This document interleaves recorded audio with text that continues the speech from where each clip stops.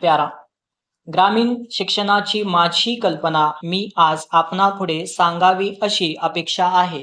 परंतु ग्रामीण शिक्षणासंबंधीची माझी कल्पना सांगण्यापूर्वी शिक्षण म्हणजे काय याची थोडी फार कल्पना आपण समजावून घेऊया. पुस्तक वाचून येणारे ज्ञान ते शिक्षण असे समजण्याची एक मोठी प्रथा आहे आणि ती काही अंशी बरोबरही आहे. परंतु खरे शिक्षण म्हणजे काय याचा अर्थ आपण सगळ्यांनी आपल्या मनाशी समजावून घेतला पाहिजे. मी माझ्या उपयोगासाठी शिक्षणाची एक सरळ आणि साधी व्याख्या करून ठेवली आहे. शिक्षित व्यक्तीला स्वतःच्या भोवती घडणाऱ्या गोष्टी आणि जगामध्ये घडणाऱ्या इतर गोष्टी यांची ज्यामुळे काही संगती लावता येते, त्यांचा योग्य अर्थ समजावून घेता येतो आणि त्यांचा परिणाम आपल्या जीवनावर काय घडतो, आपल्या व्यक्तिमत्वावर काय घडतो हे समजावून घेता येते. त्याला मी शिक्षण मानत आलो आहे. ही एक महत्वाची गोष्ट ग्रामीण शिक्षणाची कल्पना सांगण्यापूर्वी मला स्पष्ट केली पाहिजे.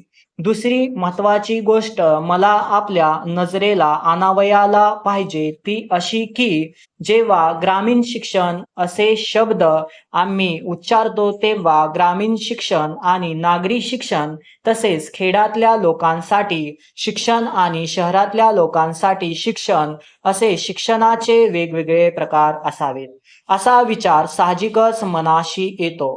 तेव्हा या बाबतीत वस्तुस्थिती काय आहे याची अगदी स्पष्ट कल्पना आपल्याला असली पाहिजे. माझे असे स्पष्ट आणि स्वच्छ मत आहे की शिक्षणाचे असे दोन मूलभूत वेगवेगळे प्रकार असूच शकणार नाहीत. आजच्या सामाजिक आणि आर्थिक परिस्थितीत खेड्यातला माणूस आणि शहरातला माणूस यांच्यामध्ये एक प्रकारचे जे कृत्रिम अंतर वाढत चालले आहे, ते वाढते अंतर कमी करून त्यांच्यामध्ये एक प्रकारचा तोल निर्माण करणे, जवळचा संबंध निर्माण करणे आणि जिव्हाळा निर्माण करणे हा माझ्या दृष्टीने आपल्या देशातील आजचा अत्यंत महत्त्वाचा आणि प्रमुख असा प्रश्न आहे. आणि म्हणून ग्रामीण शिक्षण हा काही वेगळा प्रकार आहे अशा समजुतीने जर आम्ही ग्रामीण शिक्षणाकडे पाहत असलो तर ती एक आपली मोठी चूक होईल असे मला सांगावेसे वाटते.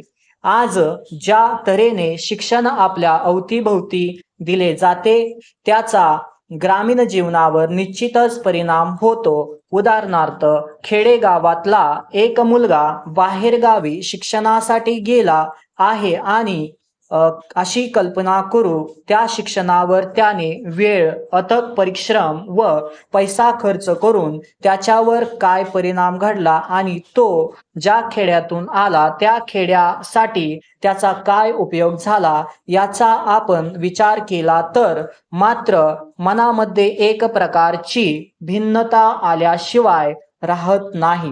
खेड्यातील आई वडिलांनी शिक्षण घेणाऱ्या मुलांसाठी मोठ्या प्रमाणात कष्ट करून व स्वतःला आर्थिक अडचणी सोसून शिक्षणासाठी बाहेर पाठविलेला मुलगा पदवी घेऊन जेव्हा बाहेर पडतो तेव्हा त्याचा सुशिक्षितपणा खेड्यामध्ये राहून शेती करण्यासाठी उपयोगी पडेलच अशी खात्री वाटत नसते. स्टॉप.